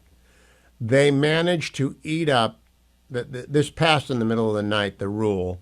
So it was a matter of time till it got to the floor and was going to pass 218 to 214. All the heavy lifting had been done. But Hakeem Jeffries, acting on the crackerjack advice of his political staff, decided to speak for 9 hours and whine. No one paid attention. I have no idea what he said. Doesn't matter. It's not prior to an election. No one will remember it in November of 2026. It all depends upon the economy and about February or March of 2026 as to how the election will go.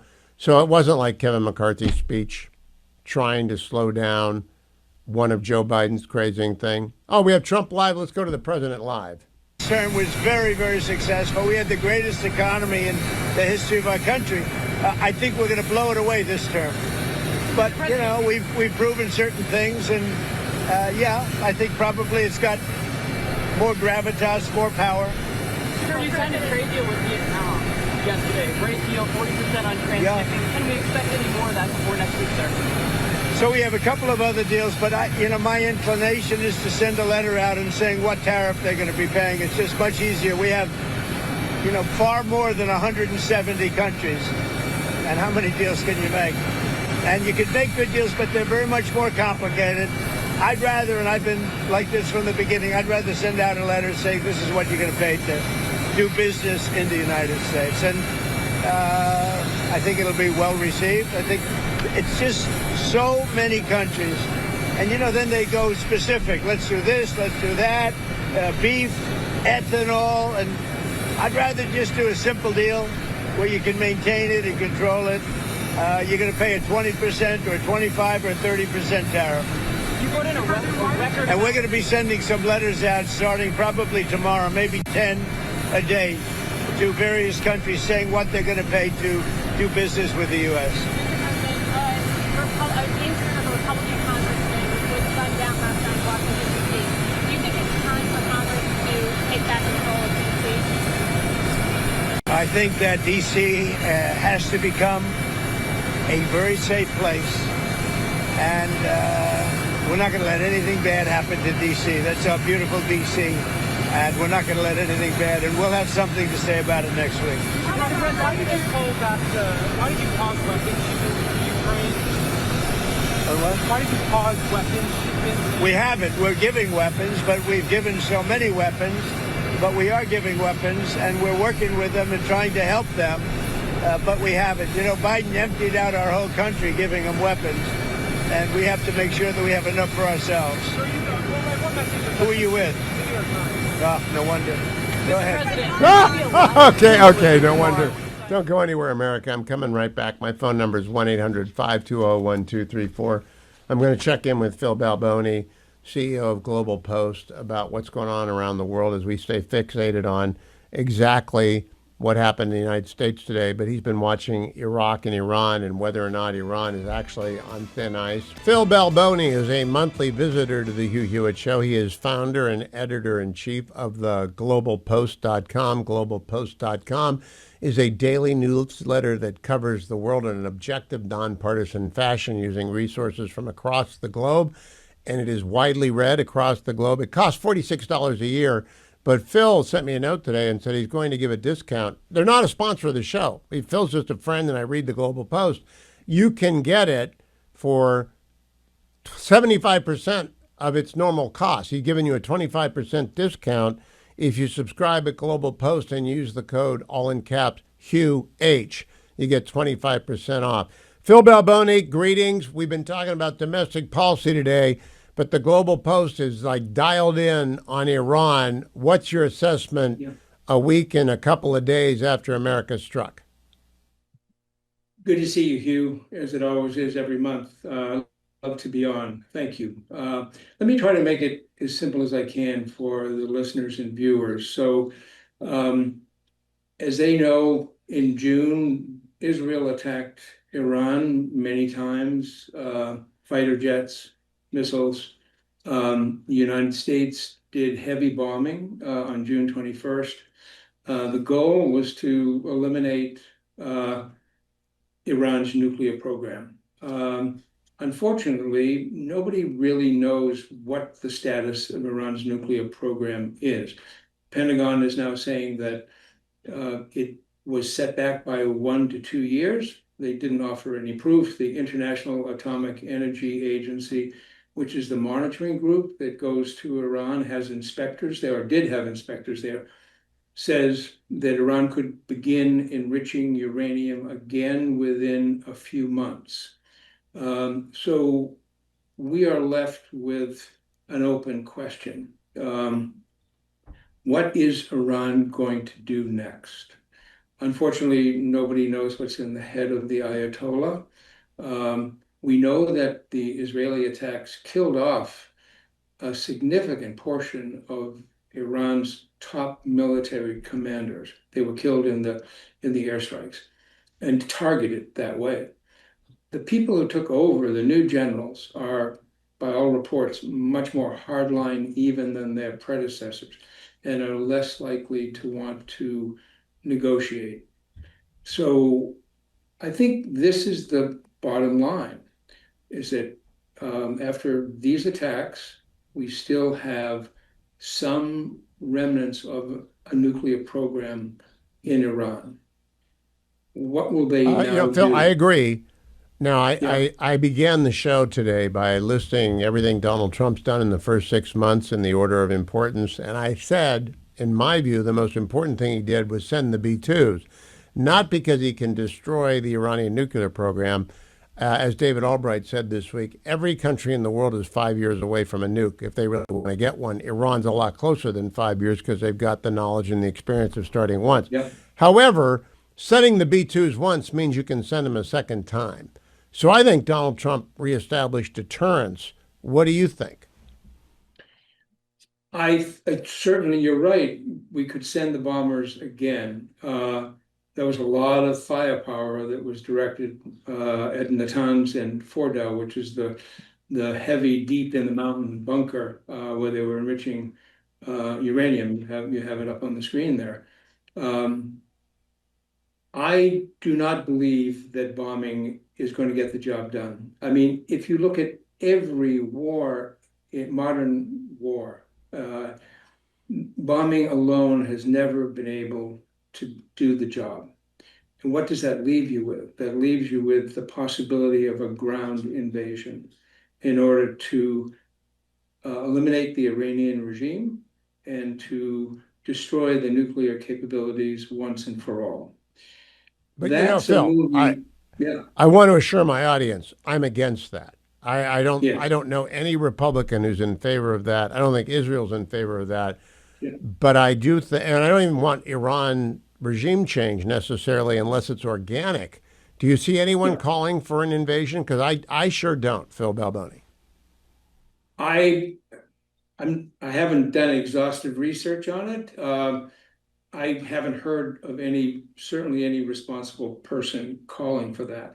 All I'm saying is we are today in a place that is not radically different than the one that we were in prior to June of this year. We still have some capabilities. We have a regime that is now different and clearly has not given up. We need negotiations. That's what we need. We need and hope that President Trump and the Iranians will be able to sit down now and conclusively find a way to contain their nuclear ambitions and to avoid the possibility of wider war. If we can't do that, all I'm saying, and I sure as heck am not advocating, that there will be no choice left but a ground invasion, which no American in their right mind would ever want to have happen, because we have seen that movie before, right? We saw it twice in the Middle East, in Iraq and Afghanistan. Yeah, I listened to Dan Senor's podcast today with a senior journalist at Haaretz saying that we want the Soviet model in 88 to 89 to 91 where they dissolve, the Iranian regime dissolves because of popular protests. We don't want the Iraq model 2003 because it didn't work, or the Afghanistan model 2001. We want the people of Iran to rise up. Yes. My question, Phil, when you do something like globalpost.com, can it get into Iran? Do they have any access to something like Global Post? We have, as you know, we have student readers in 109 countries now. I believe we may have one or two in Iran, but it's not very easy to do that. We have some in China also. That's even harder. Oh my gosh. I'd love to form a relationship with an Iranian university and get, our nonpartisan news into the hands of young people there. That might even make a difference. Yeah, well, I do believe nonpartisan news is the kind of news that regimes typically do not mind. And I thought your write-up of Iran today is very even-handed. You quote the Ayatollah Khamenei. Now, he's saying, obviously, crazy things like we defeated the United States, but you quote him. Right. And that's what I think the news ought to do. Globalpost.com, I want to make sure people know two things. One, every student and teacher can get it for free. Just go to globalpost.com, find the teacher or the class navigation bar, click it, and get it for free. And if you're like me, you just want to be a subscriber, Phil is giving you a 25% discount because he loves doing the show and I love having him on. All you have to do is say Hugh H, all in caps, and you get 25% off the $46 annual subscription price to Global Post. And it covers the entire world, and it does it with the kind of maps and clarity that make the world understandable. Phil Balboni, a happy 4th of July to you and yours. I will see you in August, and I hope we have more good news to report from around the world, including last month we covered the DCR in Rwanda.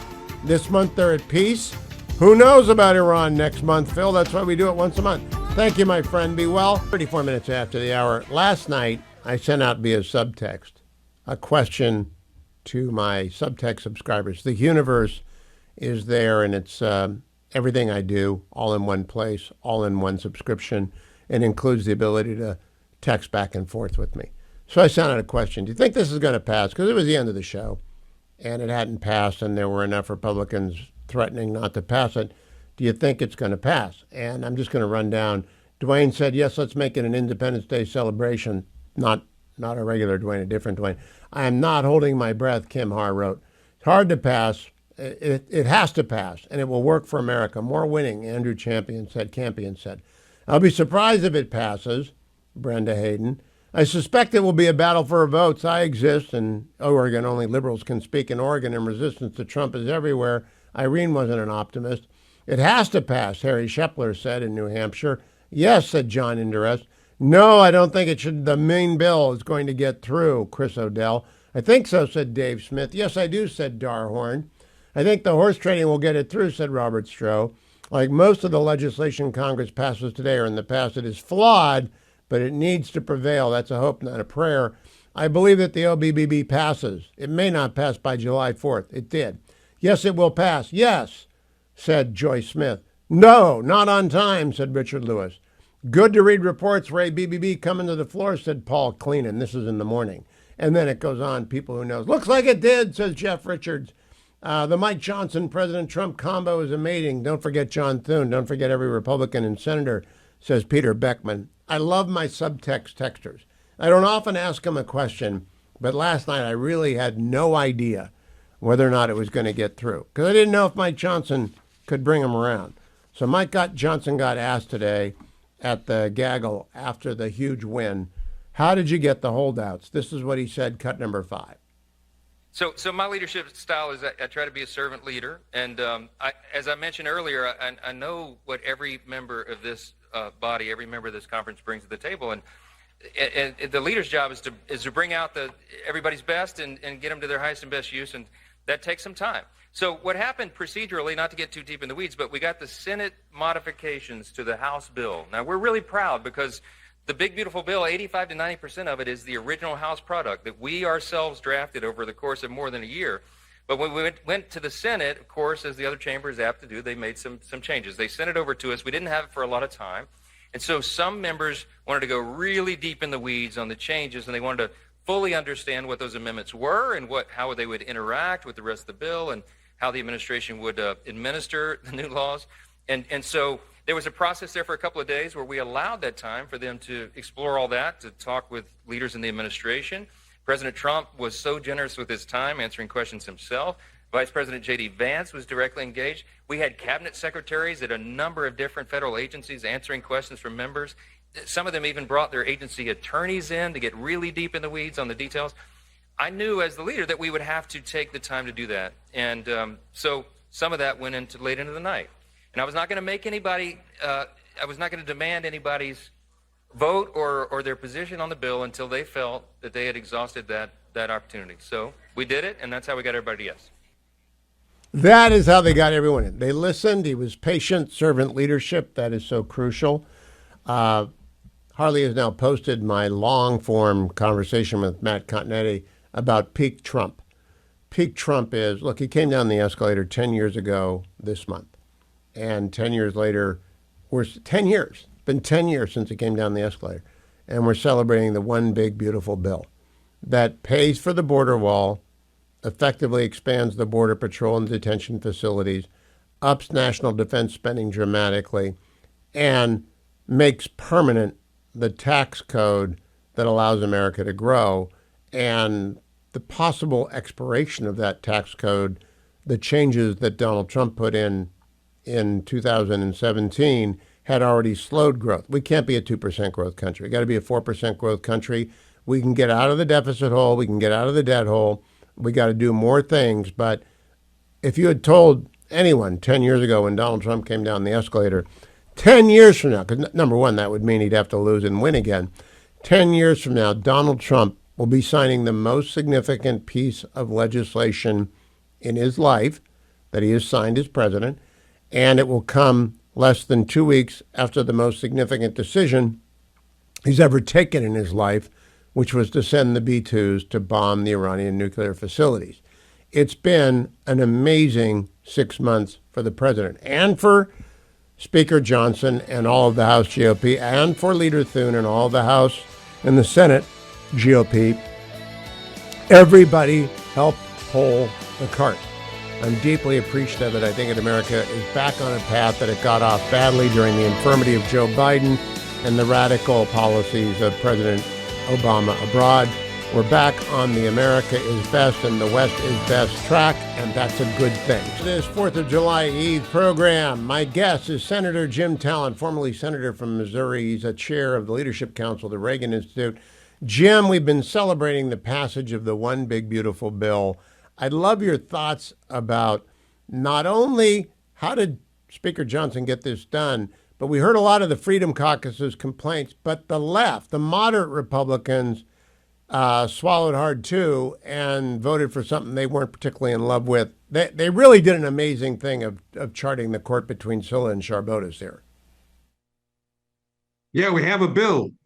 I wonder if you were looking for some white smoke coming out of the top of the Capitol or not. That would have been a good idea for Mike Johnson. Yeah, that would have been a good idea. I served 20 years in legislative bodies in every possible position. I was the leader in Missouri, committee chairman, backbencher, majority, minority, the whole thing.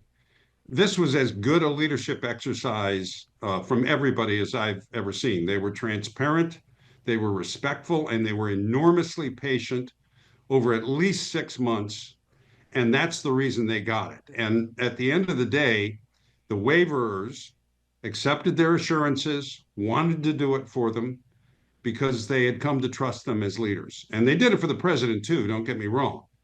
But I really think Johnson and Thune and Jason Smith and Mike Crapo deserve enormous credit for how they handled this. They weren't trying, everybody understood, they weren't trying to push their own policies or their own agenda or their own glory in this thing. They were trying to serve, as the speaker said, they were trying to serve the party and the caucus and the country and the president. And at the end of the day, I think that's what made the difference. I want to go back 5 months. I know you served with John Thune.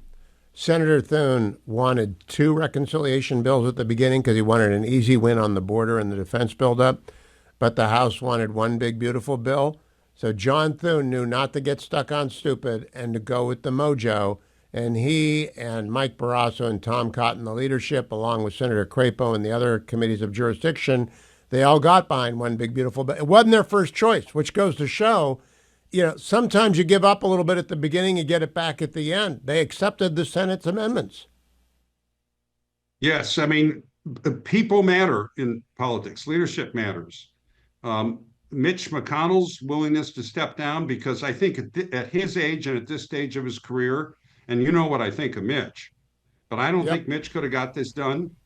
3 years ago, nobody had heard of Jason Smith, and then the leadership, and this was Kevin McCarthy, they made him chairman of Ways and Means, and that was a crucial thing.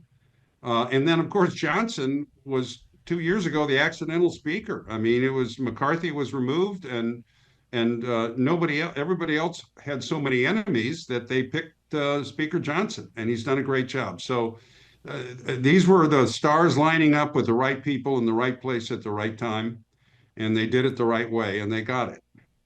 I'd like to go back and remind people, former leader McConnell, still Senator McConnell, set up the Supreme Court that keeps giving Trump wins by refusing to hold hearings or votes on Merrick Garland.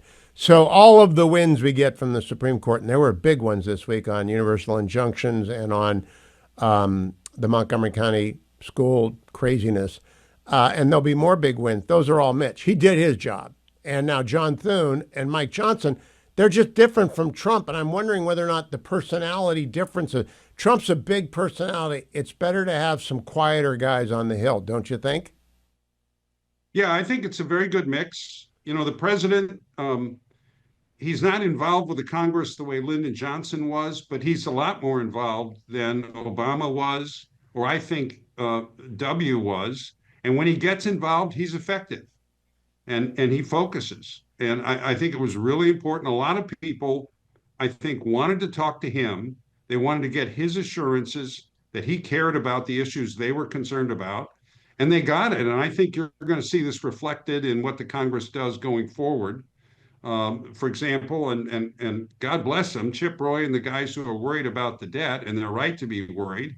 I think their intervention was very consequential here. They got a better bill than they would have gotten, and they got assurances for the future, and they raised the visibility of the issue. So I think everybody comes out ahead in an exercise like this, and I'm really proud of them. I have to tell you, I know how difficult it is. I've been involved in this sort of thing, and boy, Johnson and Thune deserve a vacation. I hope they get one over the other thing that's amazing, I spent all morning researching the first 6 months of every term since Carter's term, and no one comes close, including one like the great one, the Gipper.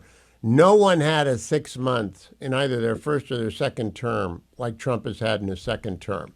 It's really incredible, Jim Talent. Yeah, I agree. Now, I am the chairman of the National Leadership Council in the Reagan Institute. I will point out that President Reagan had a Democratic House, but I would certainly and he got shot. Exactly. And so there were some other issues there, but I think certainly since that first Reagan term, this has been the most effective 6 months. And you've gone down the list, and there's more to come. I heard you talking to Matt earlier, and you're a little bit worried about what's going to happen now. I wouldn't be worried. They've still got a big agenda ahead. And I think on most of the things they have to do, they've got a really good start, and the politics is lining up on their side. So I'm looking forward to an effective entire first year for the president. Quick question, Jim, to go out on. And it makes me unpopular with some of my hardcore right-wingers, but I like to think in terms of bipartisanship. Once the wall is finished, the detention facilities are built, the Border Patrol expanded, what do you think about a bipartisan regularization bill that gives the Dreamers the assurance they need and allows law-abiding migrants who've been here for, say, 10 years and have kept their noses clean and are working hard to stay? Do you think President Trump could do something like that? Yeah, he's talked about doing it. And now the timing is going to be important. My sense of it is, and I think Matt said this earlier, and I think he's right. They've got a long way to go on the border wall and on the deportation agenda. But we've needed for a long time a rational and reasonable discussion of how we're going to regulate legal immigration. In other words, what does the economy really need as opposed to just importing labor to drive down wages to help big business? What about the farmers? I mean, Missouri's a farm state, and The agribusiness economy is a hugely important part of the American economy and very important to restoring a balance in trade, because we still have a favorable trade balance in agricultural products. So, yeah, I think they'll look at that. I'm not so sure that'll happen before the midterms, but the president's talked about it. And he's got 3.5 years left. Jim Talent, a very good 4th of July to you. Thank you for joining me. Follow Jim on X at Jim Talent. The poet laureate of the Hugh Hewitt Show, Tarzana Joe. Hello, Joe. Hello, Hugh. An historic poem for an historic week. An eon is a billion years, an era somewhat less. It's hard to think of time like that. I cannot, I confess. An epoch, tens of million years, according to the sages. It takes a lot of slicing time to get down to the ages. Geologists with fine degrees are paid by schools to think. They tell us that the human race has been here for a blink. The Permian, the Cambrian, the fishy old Devonian, and now for just a half a blink, we're in the Jeffersonian. It wasn't climate change the world. Magnetic poles didn't shift. The asteroids went sailing by. The continents didn't drift. A man, a mind, a legacy. The stuff of Western thinking coalesced upon a page, all while the stars were blinking. I wish I could have been there then to see those signers sign, if I could just go back the last 249. Even geologically, the years go by so fast. It's up to all of us to see how long this blink can last. That's 249 by Tarzana Joe. I love 249, Joe. I assume that will be posted by the beginning of the dawn's early light tomorrow, and so we'll see it on the 4th of July at tarzanajoe.com. Am I correct? Absolutely correct. And how goes the summer poetry business at tarzanajoe@reagan.com? Do things slow down for the summer, like France? A little slow, but I'm working on my golf game. Had the best round of my life on Monday, 2 over 74. Just want everybody to know what an athlete and a poet you have working for you. Does putt-putt count, Joe? No. Real golf course with real balls, holes, and greens. And red stakes and white stakes? All those stakes, yes. And high stakes. And you shot a 74? Yes, I did. I'm not credulous. I'm not. I saw you play hockey. I know you're an athlete, sort of. You play. So, Tarzana Joe, a happy 4th of July. I love 249, and that will be posted at tarzanajoe.com. For all your poetry needs, go to tarzanajoe@reagan.com, tarzanajoe@reagan.com. Happy 4th of July, Joe. Happy 4th of July, you.